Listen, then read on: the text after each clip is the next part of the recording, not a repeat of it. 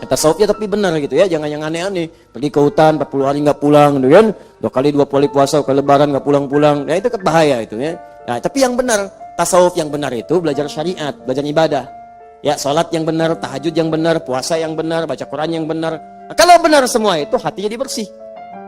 Nah, namanya safa, wa safa qalbuhu, hatinya bersih. Menyaringnya disebut tasfiyah, saring. Orangnya disebut sufi. Di sufi itu sebetulnya orang yang bisa membersihkan hati, yang latihan lewat ibadah, mendekat kepada Allah. Ilmunya disebut tasawuf. Tasawuf itu sama dengan musyariat, cuma tingkat tinggi. Bagaimana cara tingginya? Gini nih, kalau orang sudah bersih hatinya, masya Allah. Dia anak kecil tuh, anak kecil berbuat salah, dia nggak akan marah. Susah mau marahnya, karena yang dilihat itu keadaan dirinya. Ini anak 7 tahun, saya 30 tahun. Anak ini 7 tahun, masih sedikit dosanya. Saya 30 tahun, banyak dosanya dibanding dia. Masa yang banyak dosa mau marah sama yang sedikit dosa?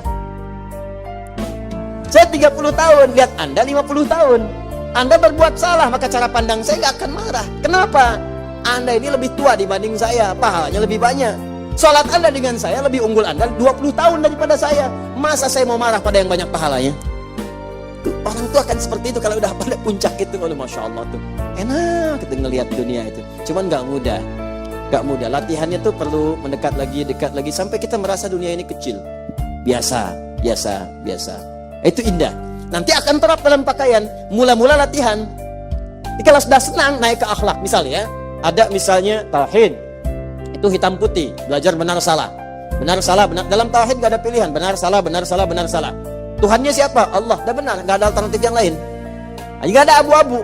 Ingat, nggak ada abu-abu. Hitam putih. Man rabbuka? Allah, jelas. Di dalam tauhid itu nggak ada semua agama sama, menuju pada Tuhan yang sama. Cuman caranya beda-beda. Nggak ada. Nah, dia belum belajar tauhid atau belajar dengan cara yang salah.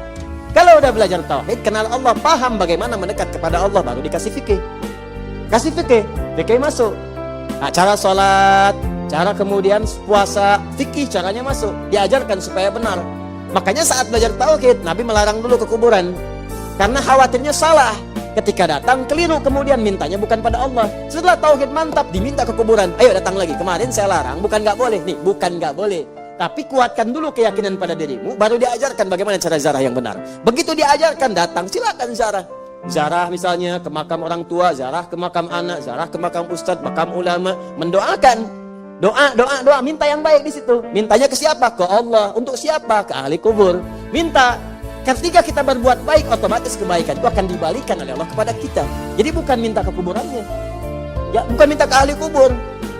Ya ahli kubur, tolong berikan saya ini. Aku juga butuh. Gitu. Jelas ya?